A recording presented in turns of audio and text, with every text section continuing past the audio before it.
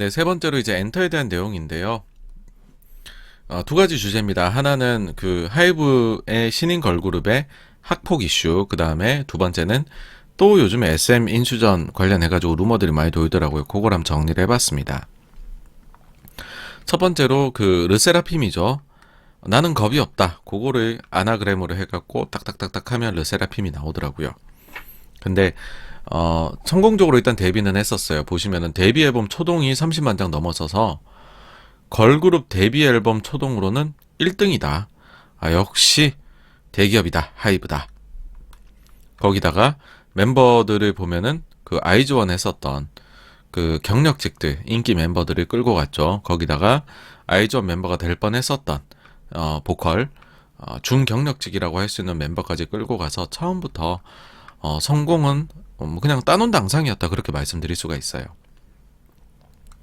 그런데 이제 근데 이제 요렇게 구성을 하면 좀 단점이 너무 그 신인들이 죽어 보이고 경력직들만 돋보이게 되는, 그래서 중간에 팬덤 사이에서 이게 원팬 기조로 안 가고 싸움이 좀 불화가 있을 수도 있거든요.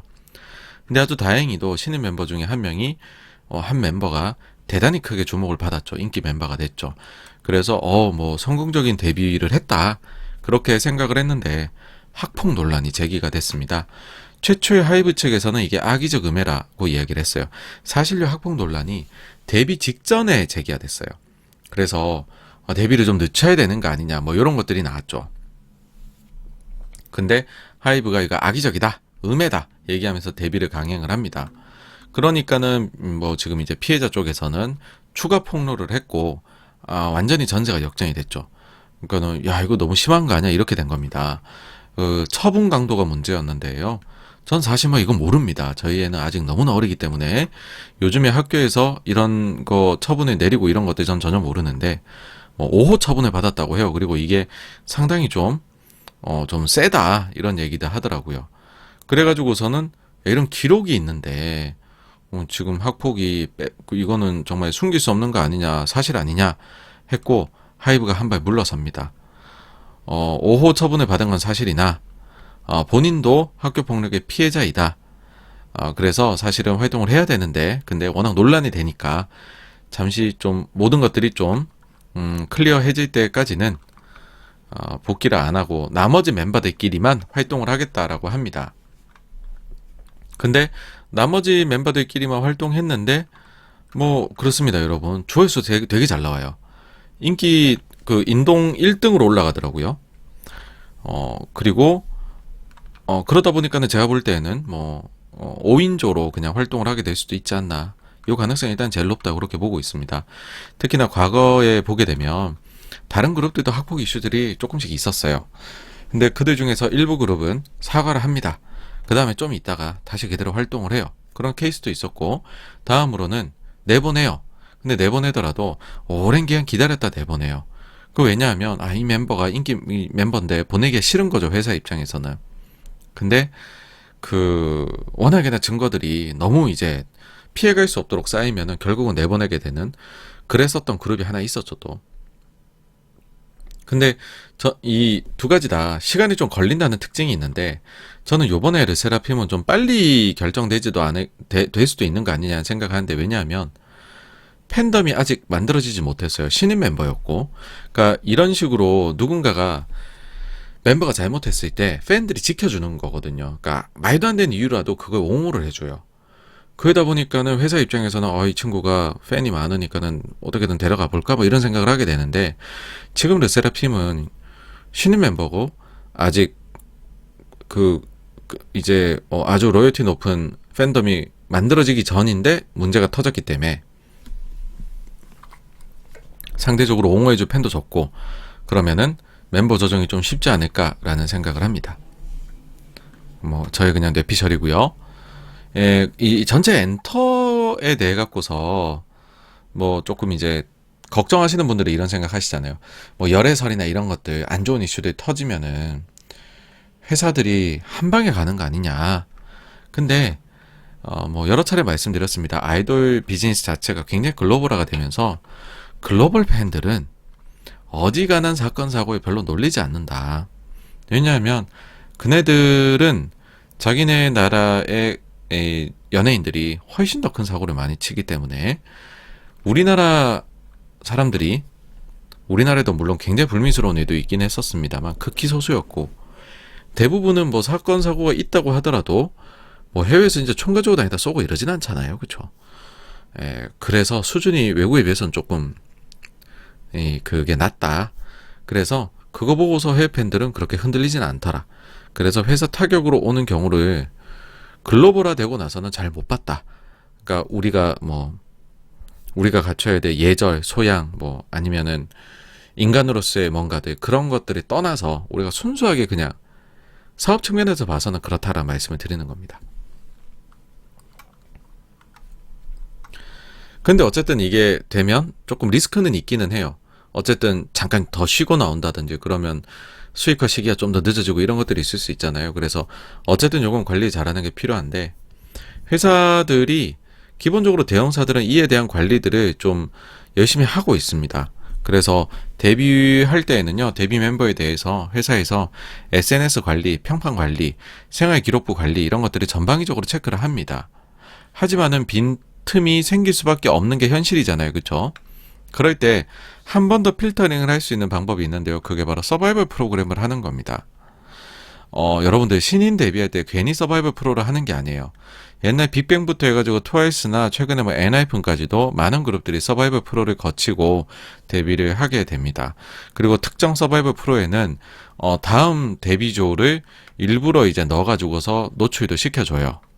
이런 식으로 노출을 왜 시키냐면요, 방송 노출이 되잖아요. 그럼 대중들이 알게 돼요. 그러면은 그 친구들 중에서 쟤는 저 학창 시절에 잘못된 행동을 했는데 제보가 쏟아져요. 그러면 서바이벌 프로를 진행하는 와중에 뭐 이런 말하면 어떨지 모르겠지만은 너무 잘못이 큰 친구들은 데뷔를 막아버릴 수가 있어요, 애초에. 그러니까 이런 리스크를 제거할 수가 있는 것이죠. 물론 그렇다고 막 100%다 되는 건 아니지만 어쨌든 큰 건들은 제거가 됩니다, 이때. 근데 이제 르세라핌은 왜 그게 안 됐냐? 베일 속에 감춰져 있다가 깜짝 데뷔하는 방법을 택했으니까 그런 겁니다. 이런 방법은 향후에도 리스크가 있을 수밖에 없어요, 이런 식으로. 하이브는 어떤 식으로 지금까지 데뷔를 했냐 하면, 그 엔하이픈은 서바이벌 했고요, 세븐틴 유이스트는 인수를 했고, 르세라핌이랑 그 다음에 뭐 투바투나 방탄, 그 다음 지금 없어진 글램, 이런 그룹들은 다 그냥 생 데뷔를 했죠. 근데 보시면 아시겠지만은 뭐 인수나 서바이벌이 뭐 인수한 거는 솔직히 뭐 데뷔를 시켰다고 볼 수가 없고, 서바이벌을 한 번 했고, 그 다음에 나머지 그룹들 중에서 이제 좀 불미스러운 일이 있었던 그룹이 있고, 요번에도 좀 불미스러운 일이 있죠. 그러면은 데뷔할 때 따지고 보면은 별 말이 나오지 않을 가능성이 절반 정도 수준이라는 겁니다. 그러니까 우리나라 지금 규모로서 봤었을 때 최고의 기획사는 당연히 맞아요, 하이브가. 근데 아직까지 그룹 런칭한 레코드 자체는 적다. 그러다 보니까는 타사 대비해서 조금 노하우가 부족한 것이 아니냐. 그래서 요번에 계기로 이제 또 내공이 쌓이셨을 테니까 검증하는 거나 논란 대처법 이런 것들은 조금 그 대응법이 조금 한 단계 레벨업 되시면 어떨까, 그런 생각이 듭니다. 다음으로 이제 SM 인수전에 대한 부분인데요. 소문이 뭐 휙휙 왔다 갔다 해요. 어느 날에는 갑자기 카카오 인수가 임박했다는 얘기가 나오고, 그 다음엔 갑자기 하이브가 적대적 인수 합병을 할 거래요, SM에 대해서. 그러다 그 다음 며칠 뒤에는 아니 카카오가 임박했다 그랬다가 이젠 포기할 거다라고 이야기를 합니다. 왔다 갔다 합니다, 아주. 네. 사실 뭐 엇보죠, SM에. 지금 1년째 지금 매각이 안 되고 있으니까 매각한다고 공시만 띄우고. 근본적으로 여러 번 말씀드리지만 매각이나 인수는 마지막에 사인하기 전까지는 모든 게 썰에 불과합니다. 그래서 그냥 지켜보는 수밖에 없어요. 그래서 이제는 아주 오피셜하게 공시를 한 곳이 있죠. 이게 인수회전에서 발을 빼겠다고, 네이버입니다.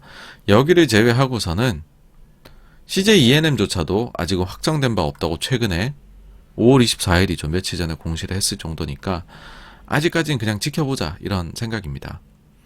근데 현실적으로는 카카오가 제일 가깝죠. 가깝고, 그러다 보니까는 뭐 이런 기사까지도 나오게 되더라고요.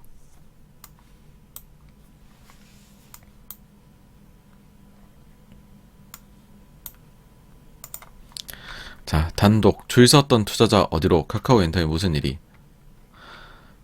글로벌 PEF와 5천억 모집을 이제 프리 IPO를 계획 중이다. 다른 여러 투자자들한테는 얘기했더니 거절당했다. 그럼 이제 만약에 글로벌 PEF하고 5천억 투자 유치하는 거가 성사가 된다면, 그렇게 돼버리면은 그거 가지고서 아마도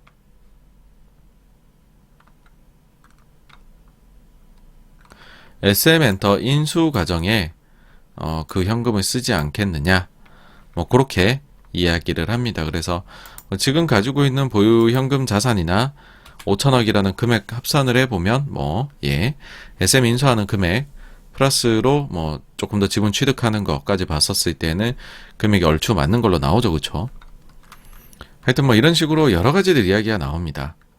근데 이제 한 가지만 좀 말씀을 드리자면은요, 하이브의 적대적 인수합병 얘기가 있는데 요거는 현실 가능성이 대단히 낮다라고 얘기 드릴 수가 있어요. 그건 뭐냐 하면, 만약에 하이브가 SM을 인수하게 되면 독과점 이슈가 좀 발생할 여지가 있습니다. 두 회사의 앨범 판매량을 보면 2021년도 우리나라에서 총 팔린 앨범이 5,459만 장이었어요. 근데 SM이 1,700만 장, 하이브가 1,600만 장을 팔았죠. 두 회사를 합산하면 3,300만 장 정도가 되고요. 이게 전체의 60%입니다. 독과점이죠. 그래서 요것 때문에 직접적으로 하이브가 SM의 인수전에 참여하는 거는 많이 어려울 것 같다라는 거를 구독하신 분들께 말씀드리는 거고요.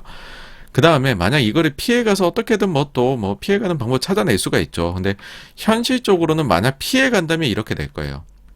다른 회사에 내세우거나 아니면 다른 어떤 펀드를 내세워서 거기가 인수를 한 뒤에 하이브가 이제 위탁 경영을 맡을 수는 있겠죠. 근데 그게 아니고서 직접 적대적 M&A라는 거는 저는 개인적으로는 조금은 가능성이 낮지 않나 그렇게 봅니다.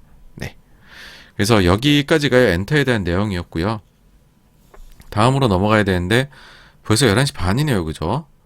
거기다 저희 Q&A까지 해야 되는데 의류 기초 쪽은 조금 말씀을 드릴 게 있으니까 시간 관계상 요거는 다음 주로 넘기도록 하겠습니다. 죄송합니다. 제가 앞에서 너무 말을 많이 했네요. 분량 조절에 좀 실패를 했는데 요거는 좀 다음 주로 넘겨서 내용을 조금 하는 게 좋지 않나. 네, 별도 좀 밤에 또 이러다가 1시가 넘어갈 것 같습니다. 여러분 그건 좀 실례인 것 같고요. 죄송합니다. 다음 주에 하도록 하고요. 바로 그러면은 Q&A로 넘어가 보도록 하겠습니다.